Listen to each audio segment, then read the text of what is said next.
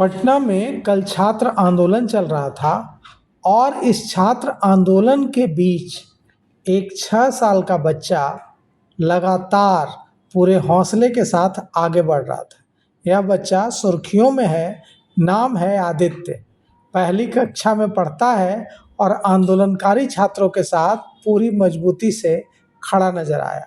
अब आदित्य ने आरोप लगाया है कि पुलिस प्रदर्शन के दौरान उसे उठाकर थाने ले गई, 5 घंटे तक थाने में बैठा कर रखा, उसके माता पिता को धमकाया, माता पिता को पीटने का आरोप भी आदित्य ने पुलिस पर लगाया है। आदित्य सबसे पहले गर्दनीबाग धरना स्थल पर गया था। वहां उसने मुख्यमंत्री सम्राट चौधरी और शिक्षा मंत्री मिथिलेश तिवारी का इस्तीफा मांग लिया था। इसके बाद कल जब छात्रों ने मुख्यमंत्री आवास घेरने के लिए मार्च किया, तब भी आदित्य उनके साथ सड़कों पर उतरा, लेकिन पुलिस आदित्य को उठाकर थाने ले गई। दोपहर 2 बजे से शाम 7 बजे तक उसे थाने में बैठा कर रखा। आदित्य पटना के पुनाईचक इलाके में रहता है। किराए के मकान में उसका परिवार रहता है। परिवार बेहद गरीब है। माँ दूसरों के घरों में झाड़ू पोछा करती है, पिता मजदूरी का काम करते हैं।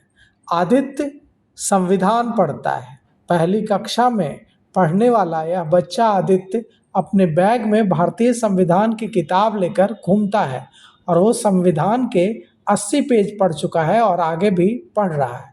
उसकी देश दुनिया की खबरों में दिलचस्पी रहती है और देश दुनिया के बारे में, भारतीय संविधान के बारे में उसकी जानकारी हैरान करने वाली है। आदित्य ने कहा है कि पुलिस उसे थाने ले गई, उसे डराया, धमकाया, उसके माता पिता के साथ मारपीट की और दोबारा कभी आंदोलन में न भेजने की धमकी दी। आदित्य का कहना है कि मैं छोटा हूं तो क्या हुआ, मैं सरकार की जनविरोधी नीतियों के खिलाफ आवाज़ उठाता रहूँगा। पेपर लीक हो रहे हैं, अगर आज यह व्यवस्था नहीं सुधरी तो जब मैं कल बड़ा होऊंगा और प्रतियोगिता परीक्षा दूंगा तब मेरे टाइम में भी पेपर लीक हो जाएगा।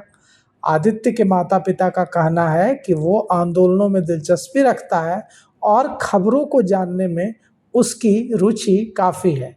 अब एक मशहूर कहावत है कि सपूत के पाँव पालने में ही दिख जाते हैं, तो आदित्य का भविष्य भी पालने में ही दिख गया है। यह लालू बनेगा या नीतीश यह तो नहीं कह सकते, लेकिन आदित्य नेता बनेगा यह तो तय बात है। मतलब बिहार के भविष्य से मिल लीजिए। नाम है आदित्य। भ्रष्टाचारी सरकार को उखाड़ फेंकिए। ऐसे भ्रष्टाचारी सरकार कोई राज में नहीं है। आप किसी का माथा पड़वा दीजिएगा क्या? उनको तो जनता चुनी भी नहीं थी। बोला तरंगदारी बिहारी के खूने में होला, यहाँ पे बिहारी लोगों का ही माथा फोड़ दिया जा रहा है। ये सब क्या है? किस क्लास में पढ़ते हैं आप? हम 1 क्लास में। क्या सम्राट चौधरी से क्या कहिएगा? हम तो यही कहेंगे, सम्राट चौधरी जी आप इस्तीफा दीजिए। बिहार का जनता आपसे नाराज। और हम ये बात डीएम साहब से भी पूछना चाहते हैं कि उनको आदेश किसने दिया था। डीएम और एसपी से क्या कहिएगा आज जो माथा फोड़ा गया है लड़कियों का? हम तो यही कहेंगे कि डीएम साहब और एसपी साहब से कि सर आप पे तो 307 का धारा लगना चाहिए। आपने हाफ मर्डर करवाया है, किसी के तहत आपको जेल जाना चाहिए इंडियन पेनल कोड के तरफ से। आपने किसी का माथा फोड़ दीजिएगा क्या? आप डीएम और एसपी है तो क्या लग रहा है शिक्षा मंत्री इस्तीफा देंगे? आपको क्या लग रहा है? उनका हम लोग ले ही छोड़ेंगे और साथ में सम्राट चौधरी जी का भी अब लेंगे। आप कैसे लीजिएगा इस्तीफा? वो तो देने के लिए तैयार नहीं है।